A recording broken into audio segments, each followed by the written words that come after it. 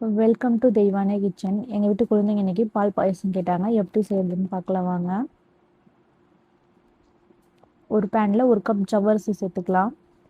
ஜவ்வரிசி வறுத்து எடுத்துக்கலாம்.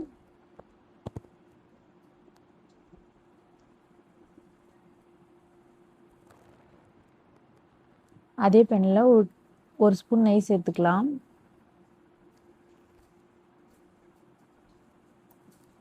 ஒரு கப் எம்டிஆர் சேமியா சேர்த்து அதையும் நல்லா வறுத்துக்கலாம். சேமியா பொன்னிறாகிற வரைக்கும் வறுத்து எடுத்துக்கலாம்.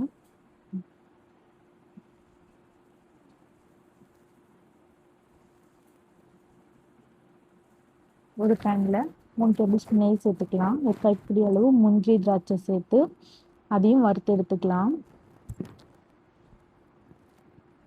நான் 1 லிட்டர் பாலுக்கு 1/4 லிட்டர் தண்ணி சேர்த்து காய வச்சு வச்சுருக்கேன். அதில் வறுத்த முந்திரி திராட்சை சேர்த்துக்கலாம். சேர்த்து நல்லா கலந்துருங்க. இப்போ வறுத்து வச்சுருக்க ஜவ்வரிசியை பாலில் சேர்த்துக்கலாம். ஜவ்வரிசி நல்லா இந்த அளவுக்கு வெந்து வரட்டும். ஜவ்வரிசி வந்த பிறகு சேமியா சேர்த்துக்கலாம். சேமியாவும் வேகட்டும். இப்போது நான் 1/2 கப் சர்க்கரை சேர்த்துக்கிறேன்.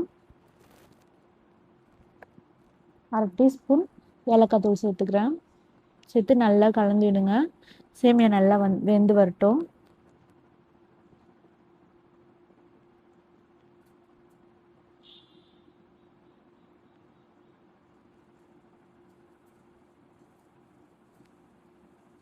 பாருங்க, சேமியா வெந்துருச்சு. நம்ம பாயாசம் ரெடி ஆகிடுச்சு.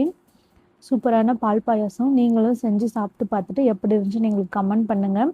எங்கள் சேனல் உங்களுக்கு பிடிச்சிருந்தா லைக் பண்ணுங்கள், ஷேர் பண்ணுங்கள், சப்ஸ்கிரைப் பண்ணுங்கள். தேங்க்யூ.